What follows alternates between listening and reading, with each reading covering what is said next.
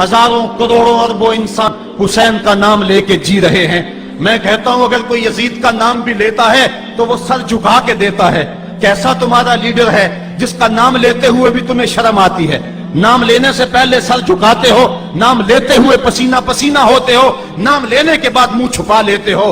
तुम्हें अपने कायद और अपने लीडर का नाम लेते भी शर्म आती है। और जब हमारे लबों पे नाम हुसैन आता है हमारा कद ऊंचा हो जाता है, हमारा सर फख्र से बुलंद हो जाता है। फख्र का दिल में दरीचा बाज करना चाहिए, जिनका तू आका है उनको नाज करना चाहिए।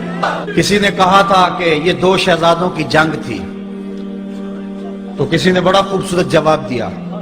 उसने कहा करबला जंग थी अगर दो शहजादों की, कलम में जोर है तो लिखो हुसैन हार गए, लहजे में तनतना है तो लिखो हुसैन हार गए, अंदाज में जोर है तो कहो हुसैन हार गए। जमाना कल भी कहता था, जमाना आज भी कहता है, हुसैन कल भी जीता था, हुसैन आज भी जीता है।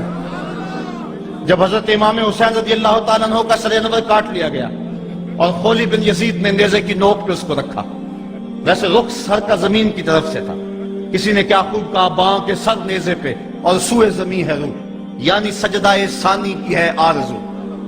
रकत के दो सजदे होते हैं, एक सजदा हुआ था कि सरे अनवर जुदा कर लिया गया, जब नेज़े की नोक पे था सर तो रुख जमीन की तरफ से था। शायर कहता जरा गौर से देखो सरे हुसैन क्या कह रहा है। सरे हुसैन की पेशानी जमीन की तरफ है, पेशानी में दूसरे सजदे की आरज़ू मचल रही है। तो जब इमाम हुसैन का सर खोली ने नेज़े की नोक पे चढ़ाया, उसने तो ये कहना चाहा था कि हम फतह याब हुए और देखो हमने सर काट लिया। किसी ने कहा जरा गौर से देखो, ये तो सर कट के भी सर बुलंद है, ये सर कट गया फिर भी सर बुलंदी नहीं गई है, इसका बांकपन फिर भी नहीं गया है। हुसैन का सर कल भी ऊंचा था, हुसैन का सर आज भी ऊंचा है। उसका नाम जिंदा, उसका पैगाम जिंदा, उसकी फिक्र जिंदा। हजरत इमाम ज़ैनुल आबिदीन ये करबला के वो शख्स हैं जिन्होंने सारा मंजर अपनी आंखों से देखा था। इतने दुख किसी को नहीं पहुंचे जितने ज़ैनब और ज़ैनुल आबिदीन को पहुंचे हैं। सब मंजर खुली आंखों से देखा। 14 साल की उम्र है, बीमार हैं, तारीख बताती है उसके बाद सारी जिंदगी हजरत ज़ैनुल आबिदीन ने ठंडा पानी नहीं पिया।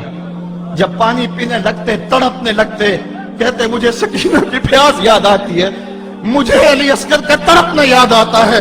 सारी जिंदगी फिर ठंडा पानी नहीं पिया।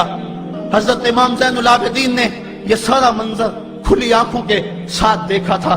और फिर आपने दमिश्क के बाजारों में भी और कूफे की गलियों के अंदर भी सरों का ये काफिला अपनी क़यादत के अंदर जो है वो गुजारा था। जब यजीद के दरबार के अंदर हजरत इमाम ज़ैनुल आबिदीन पहुंचे तो यजीद ने पहले तो जो है वो दुख का इजहार किया। बाज लोग यहाँ से यजीद की बरियत का ऐलान करते हैं। यहाँ किसी ने बड़ी खूबसूरत बात कही कि कातिल की पशेमानी मकतूल की अहमियत को तो बढ़ा सकती है, लेकिन उसके दामन से कत्ल के दाग को नहीं धो सकती। तो उसने ये सब कुछ किया, ये बस उसके टसले थे जो वो बहाने लगा। लेकिन बाद में उसने हजरत इमाम हुसैन रज़ी अल्लाह ताला अन्हु के दांतों के ऊपर जो है वो छड़ी मारना शुरू कर दी। तो हजरत अबू बरज़ा असलमी सहाबी रसूल वहां मौजूद थे, वो खड़े हो गए, उठ गए, बदन कांपता है उनका, कहने लगे जालिम इरफा कदीबा का, यहां अपनी छड़ी हटा ले। मैंने अपनी इन आंखों से देखा है कि कान रसूलुल्लाह सल्लल्लाहु अलैहि वसल्लम यल से महू, हुजूर ने इन होंठों को खुद चूमा है। तो यह कह के आप दरबार से निकल गए और रोते थे और आपके बदन पे कपटी भी तारी थी। बाद में यजीद ने कहा हजरत गलती हो गई और ये मैं नहीं चाहता था, बताएं आपकी कोई शर्त हो। तो आपने फरमाया मेरी 4 बातें मान लो।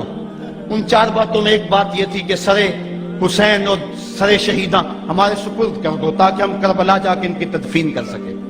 दूसरी ये था कि हमें मदीना हफाजत से पहुंचा दो। तीसरी शर्त यह थी मुझे जो है वो जुमे का खुतबा देने की इजाजत दो आज दमिश्क जामे मस्जिद के अंदर। चौथी बात आपने ये फरमाई कि कातिलाने हुसैन जो है वो मेरे सुपुर्द करो। उसने कहा हाँ कौन है कातिल हुसैन का? लोगों ने कहा खोली है। खोली ने कहा मैंने कत्ल नहीं किया, ये सनान बिन अंस नखी ने किया है। सनान बिन अंस नखी को कहा हाँ तू बता। कहने लगा मैं कत्ल क्यों करना था, ये तो शिमर जिल जोशन ने किया है। शिमर जिल जोशन को कहा तू बता।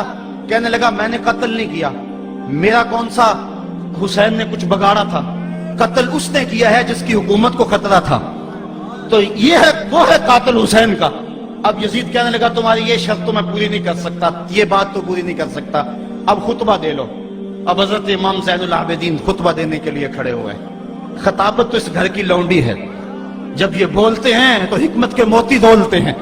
جو ہی امام زین العابدین کھڑے ہوئے, 14 سال عمر ہے اور دمشق کی جامع مسجد ہے, یزید بھی بیٹھا تھا, یعنی سلطنت بھی تھے, عوام کا بھی ہجوم تھا. جب آپ نے خطبہ شروع کیا لوگ زاروں کے تار رونے لگے, اور آپ نے اہل بیت کے مناقب جب لوگوں کے سامنے رکھے تو یزید گھبرا گیا کہ کہیں لوگ میرے گریبان تک نہ پہنچے.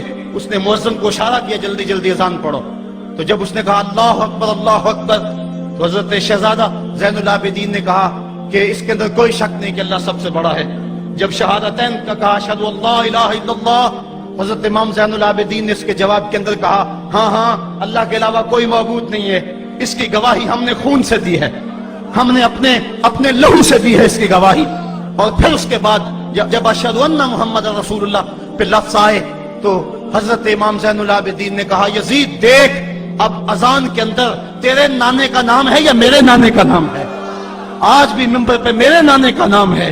تو یزید مر گیا, اس کا نام مر گیا, اس کا تشخص مر گیا.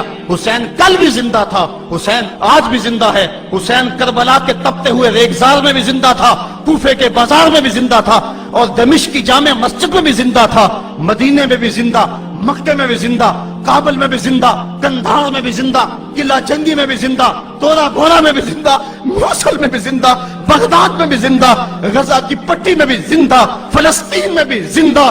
آج حسین کی زندگی اور حسین کا پاکپن دنیا کو بتا رہا ہے, بش کو بتا رہا ہے تیرے منہ پہ تماچا حسین مارے گا. زمانہ بتائے گا کہ حسین کل بھی زندہ تھا, حسین آج بھی زندہ ہے.